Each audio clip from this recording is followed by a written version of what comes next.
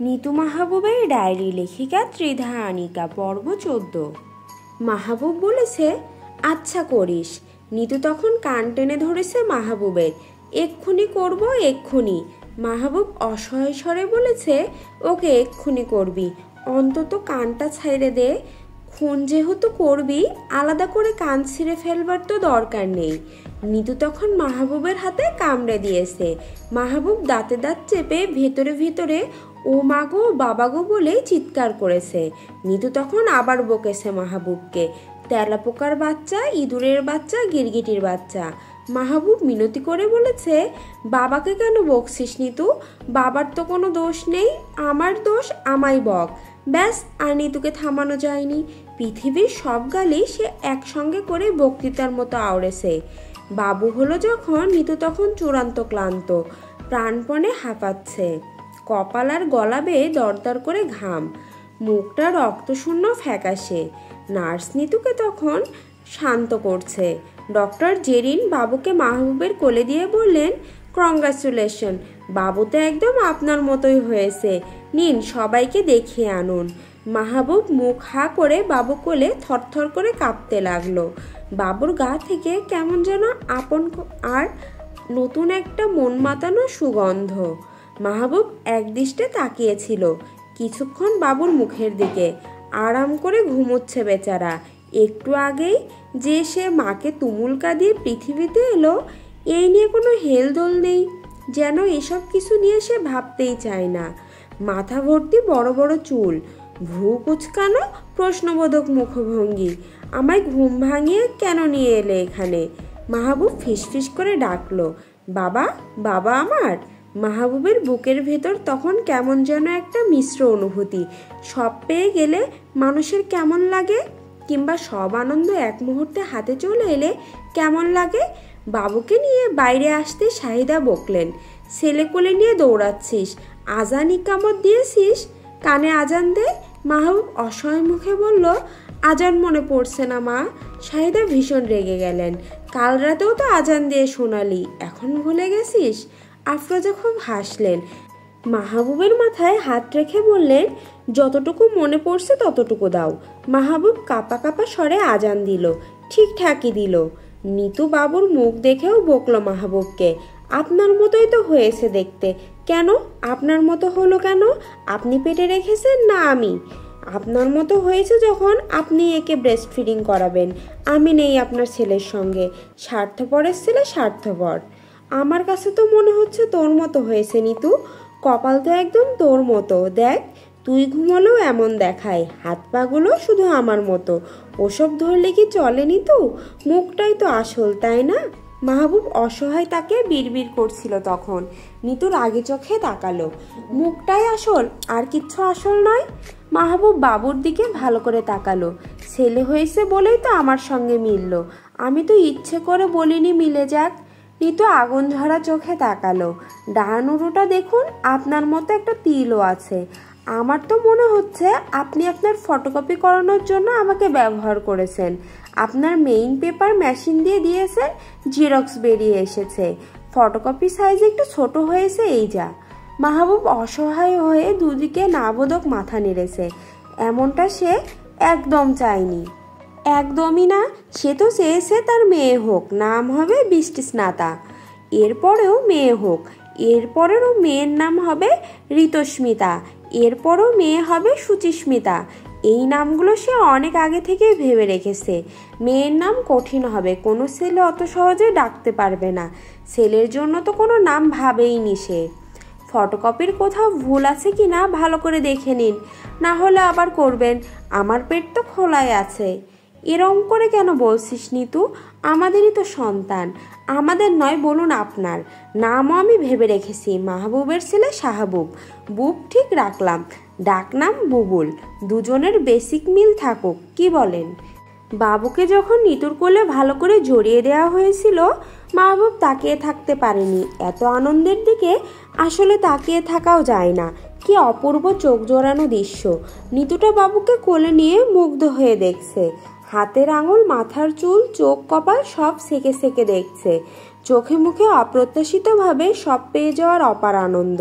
নিতুর কপালের এলোমেলো চুল, সদ্য যুদ্ধ করে মা হওয়ার ক্লান্তিকর চেহারা, ফোলা গালের বড় বড় চোখ দুটো তখন বদলে গিয়ে আগের থেকে অন্যরকম, অনেক বেশি কোমল আর অনেক বেশি স্নিগ্ধ। মাহবুবের মনে হচ্ছিল নিতুর পরনের সাদা গাউনের শুভ্রতাটুকুও যেন নিতুর চেহারার শুভ্রতার কাছে হার মেনে গেছে। মাহবুব তৎক্ষণাৎ ছুটে বেরিয়ে গিয়েছিল কেবিন থেকে। হাসপাতালে এত লোকের মধ্যে একা হতে চাইছিল সে। কাঁদবার জন্য আনন্দে বুক ভার হয়ে আসা ভারী চোখের পানির কান্না। ওয়াশরুমের বেসিনের সামনে দাঁড়িয়ে অঝরে কেঁদেছে সে।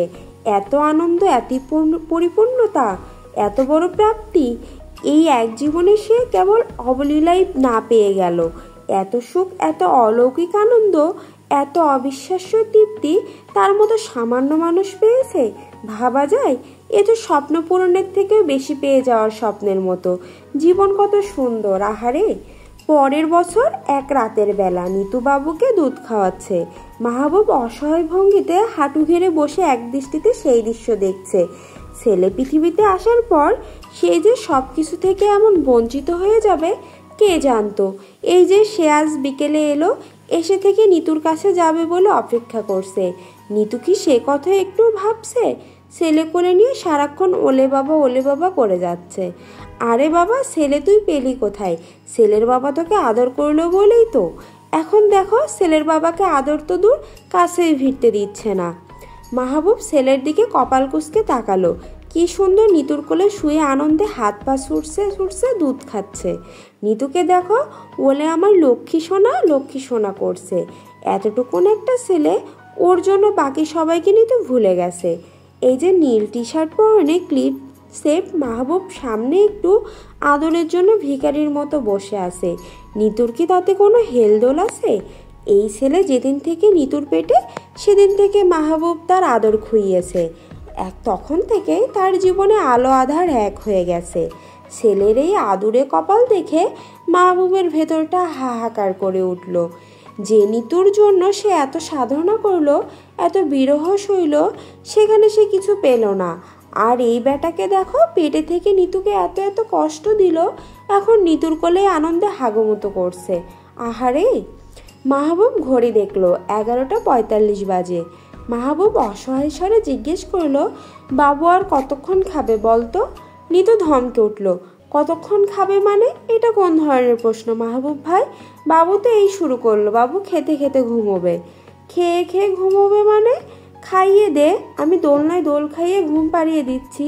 নিতু ভ্রু কুঁচকে তাকালো। বাবু আমার কোল ছাড়া ঘুমোবে না, এটা বাবুর অভ্যাস। দোলনায় রাখলে এখন বাবু কাঁদবে।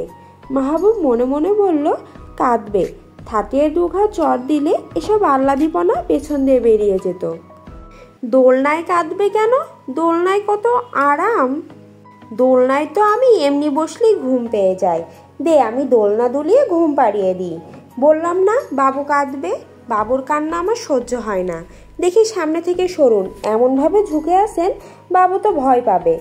মাহবুব মনে মনে বলল, এতটুকু বাবুর ওয়া ওয়া করে কাঁদাটাই দেখছিস, আর এই যে আমি তোর একটু কাছে যাব বলে নিঃশব্দে দিনরাত কাটছি, সেটা দেখছিস না? শুধু চোখের পানি বের হলো না বলে আমার কান্না মূল্যহীন? আমি জলে ভেসে আসা শুকনো খড়পাতা? উফ, মাথা সরান সরান। কি দেখছেন বলুন তো? মাহবুব অসহায় দীর্ঘশ্বাস ফেলল। ও কতদিন এমন দুধ খাবে? মানে কতদিন আবার কি? ও যতদিন ছোট ততদিন খাবে। মাহবুব বুক ভাঙা দীর্ঘশ্বাস ফেলল। চোখ কুঁচকে দেখতে লাগলো নিতু হাসির সঙ্গে মাথা দুলিয়ে আমার বাবা, মিষ্টি বাবা বলে স্লোগান দিচ্ছে। আশ্চর্য, আপনি এমন করে বাবুর দিকে তাকিয়ে আছেন কেন? কেমন করে তাকিয়ে আছি? হিংসুটের মতো তাকিয়ে আছেন। আমি স্পষ্ট দেখতে পাচ্ছি আপনার দুই চোখ দিয়ে হিংসার ঝর্ণা বেরোচ্ছে। মাহবুব চোখ কষলে অন্যদিকে তাকালো। বাবা হয়ে ছেলেকে হিংসে করছেন? সি, বাবুকে সরি বলুন, এক্ষুনি বলুন। আমি হিংসে করিনি নিতু, আমি স্পষ্ট দেখলাম আপনার চোখে মুখে হিংসা। সরি বলুন। মাহবুব গম্ভীর স্বরে বলল, আমি সরি বলবো না। মাহবুব উঠে যাচ্ছিল, নিতু টি শার্ট খাবলে ধরল। এক্ষুনি বাবুকে কান ধরে সরি বলুন, না হলে আমি বাবুকে নিয়ে এ ঘর থেকে চলে যাব। সিরিয়াসলি বলছি, চলে যাব। বলুন সরি। মাহবুব আবার বসলো বিছানায়। বাবু পা দুলিয়ে খিলখিল করে হাসছে। কানে না ধরে বললে হয় না, এমনি সরি বলি। ছোট মানুষ, কান ধরা কি বুঝবে? বোঝাবুঝি বাবুর ব্যাপার। আপনাকে সরি বলতে বলেছি, বলুন, না হলে কিন্তু রাতে আমি ওই বিছানায় যাব না। মাহবুব দীর্ঘশ্বাস ফেলল। ছেলে হওয়ার পর তার জীবনটা এমন হুমকিময় হয়ে যাবে কে জানতো। কত স্বপ্ন দেখেছিল, আর এখন কত স্বপ্নই না বাস্তবে ঘটছে। মাহবুব কান ধরে বলল, সরি বাবা। বাবু বোধহয় সরি শুনে মহা খুশি হলো। সেই খুশি ফোয়ারার মতো হিসু হয়ে বেরিয়ে এলো। খানিকটা মাহবুবের গায়েও পড়ল। নিতু শব্দ করে হাসলো। Your Apology is granted. আমার ছেলের আমার মতোই বড় মন, বুঝলেন? সহজেই সব ক্ষমা করে দেয়। বাবু বাবাকে কিক করো তো, কিক করো। দেখে কাছে আসুন, বাবু আপনাকে কিক করবে। কিক করবে কেন? বাবু কিক করা শিখেছে, তাই করবে। দেখে এদিকে আসুন। নিতু হ্যাঁচকা টানে মাহবুবকে বাবুর কাছে নিয়ে এলো। মাহবুব ফিসফিস করে বলল, তোকে আমি ছাড়বো না রে বেটা। এর শোধ আমি গুনে গুনে নেব। আমার বউ কেড়ে নিয়েছিস তো, তোর জীবনে আমি বউই আসতে দেব না, একদম বিয়ে দেব না তোর। মাহবুব বাবুর হিসুওয়ালা টি শার্ট চেঞ্জ করতে উঠে দাঁড়ালো। নিতু মিষ্টি সরে ঘুম পাড়ানি গান ধরেছে। মাহবুব দাঁড়িয়ে সেই গান শুনতে লাগলো। আহারে, পৃথিবীর কোথাও কি এমন মধুর সুরের ঘুম পাড়ানি গানের মা আছে? না এমন নিষ্ঠুর বউ কারো আছে? মাহবুব চেঞ্জ করলো না। নিতুর ঘুম পাড়ানি গান শুনতে পাশেই শুয়ে পড়ল। আদরের ভাগ যেহেতু সে হারিয়েছে, অন্তত গানের ভাগটুকু নিক। মাহবুবের ঘুম ভাঙলো মাঝরাতে। সামনে নিতু দাঁড়িয়ে আছে, তার পরনে গাঢ় নীল জামদানি। মাহবুবের মনে হলো স্বপ্ন। সে ভালো করে চোখ কষলে তাকালো। নিতুই তো। কি সুন্দর হাত বাড়িয়ে ডাকছে তাকে। মাহবুব উঠে বসলো। নিতু চাপা স্বরে বলল, ছাদে যাবেন মাহবুব ভাই? মাহবুব ভোতামুখ করে বলল, নিয়ে চল, ছাদেই নিয়ে চল। পেছন থেকে একটা ধাক্কা দিয়ে ফেলে দিস, ব্যাস। এত মুখ কালো করে কথা বলছেন কেন? ছাদে যেতে ইচ্ছে না করলে যেতে হবে না। বাবু ঘুমোলো, আমি ভাবলাম আপনাকে একটু সময় দিই। আপনি এত দূর থেকে কষ্ট করে এলেন। মাহবুব গভীর ভালোবাসায় হাত ধরল নিতুর। একটানে নিতুকে নিজের বুকে নিয়ে এলো। ছাদে গিয়ে আমার কোনো দরকার নেই নিতু, আমার তো দরকার শুধু তোকে। কেমন দিন চলে যাচ্ছে দেখছিস? ফট করে একদিন বুড়ো হয়ে যাব। এই যে এখন আদর এত বাদ পড়ে থাকছে, তখন আদরটা হবে কি করে? নিতু পরম ভালোবাসায় মুখ লুকালো মাহবুবের বুকে। আপনি আদর পড়ে থাকতে দিচ্ছেন কোথায়? যেটুকু হওয়ার কথা নয়, বরং তার থেকে বেশি তো করছেন।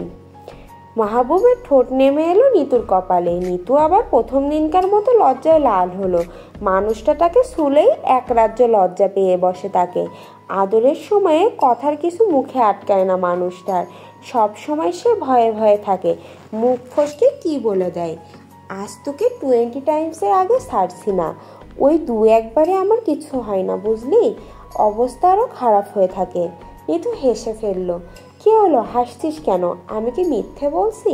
বল, মিথ্যে বলছি? আজ তোকে আমি সত্যিটা দেখিয়েই ছাড়বো। শুরু থেকেই দেখছি তুই আমার কথাকে খুব হালকাভাবে নিস। নিতু দীর্ঘশ্বাস ফেলল। হতাশার নয়, পরম তৃপ্তির। এই আদরের সময়টুকুতেই সে বোঝে ঠোঁট কাটা ঘাটটারে একরুখা এই মানুষটা এমন বলেই সে বড্ড ভালোবাসে মানুষটাকে। এমন না হলে বোধহয় মানুষটার প্রতি এই নেশা ধরানো ভরে লাগা ভালোবাসা হতোই না ওর। সবসময় নিতু কম দিচ্ছে এই অভিযোগ করে বলেই হয়তো এত ভালো লাগে নিতুর। বুকের মাঝখানে চুমু খেয়ে নিতু চুল খাবলে ধরল মানুষটার। মাহবুব বিরক্ত হলো প্রচণ্ড। ডিস্টার্ব করছিস কেন? আপনি চুপ করে থাকুন তো। আজ আপনি নিতু, আমি মাহবুব। নিতু ঠোঁট রাখলো মাহবুবের ঠোঁটে। গভীর চুমুতে এক লাফে পৃথিবীর সব দূরত্ব পার করে মিশে গেল মাহবুবের সঙ্গে। মাহবুব ফিসফিস করে বলল, আমার শূন্যে মিশিয়ে দে নিতু। তোর ভালোবাসায় আমি শূন্য হতে চাই, তোর ভালোবাসায় আমি নিঃশেষ হতে চাই। বাইরের তখন মিষ্টি চাঁদের আলোয় পৃথিবী ভিজছে। ঘরের ভেতরে ভালোবাসায় ভিজছে একজোড়া প্রেমিক প্রেমিকা। ওই মুহূর্তে পৃথিবীর সব ভালোবাসা যেন ওদের ভালোবাসার কাছে বিন্দু সম হলো। কয়েক বছর পর নিতু ল্যাপটপে কাজ করছে। আজ বিকেলেই তার বিরাট একটা পার্টির সঙ্গে মিটিং আছে। এর মধ্যে পুরো ব্যাপারটা রেডি করে ফেলতে হবে। যদিও তার আজ বেরোবার কথা ছিল না, গতকাল রাতে মাহবুব এসেছে। পাশের ঘর থেকে বিকট আওয়াজ আসছে, ধূপধাপ, চিৎকার, চেঁচামেচি। নিতু দু হাতে কান চেপে ধরল, বিরক্ত স্বরে ডাকলো, বুবুল। বুবুল আনন্দিতভাবে দৌড়ে ছুটে এলো।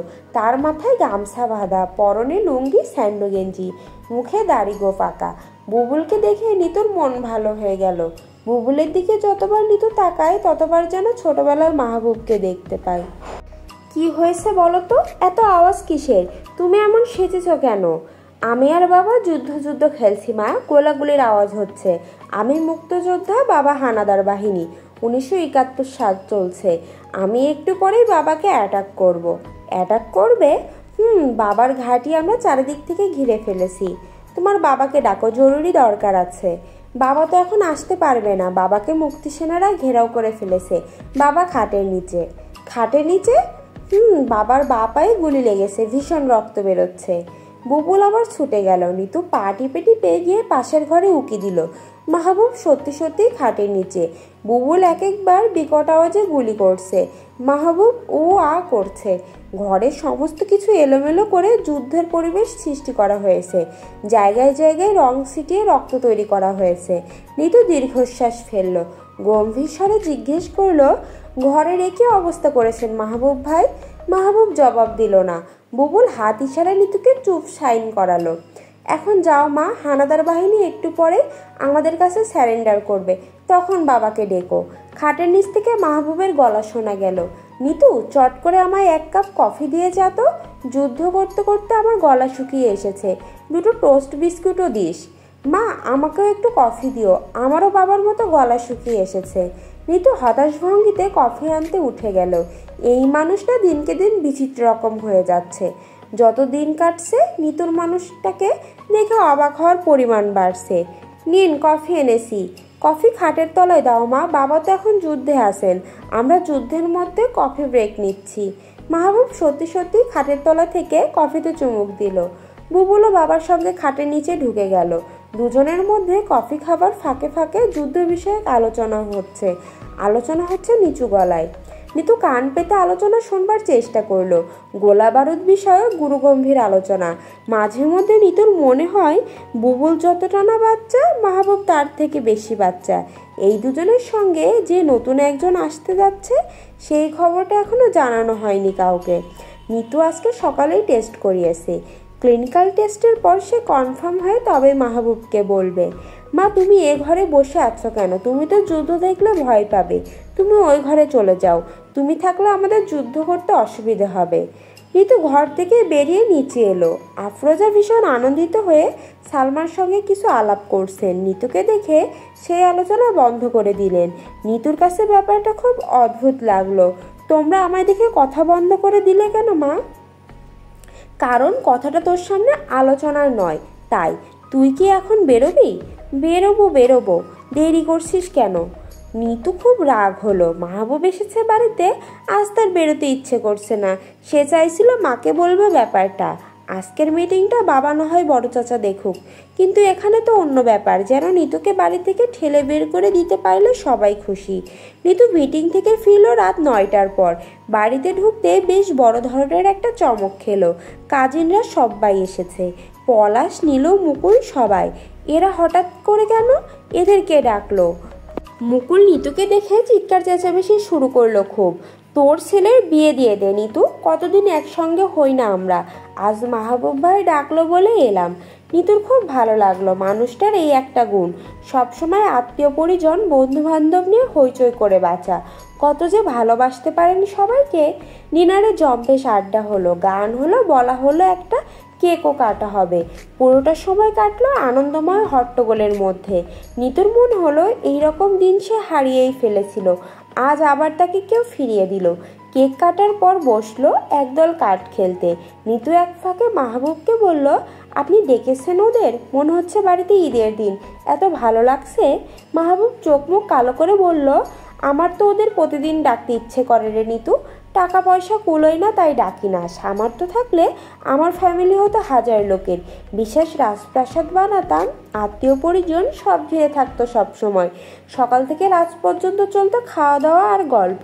নিতুর মনে হলো মাহবুব মন থেকে আসলে একজন রাজা।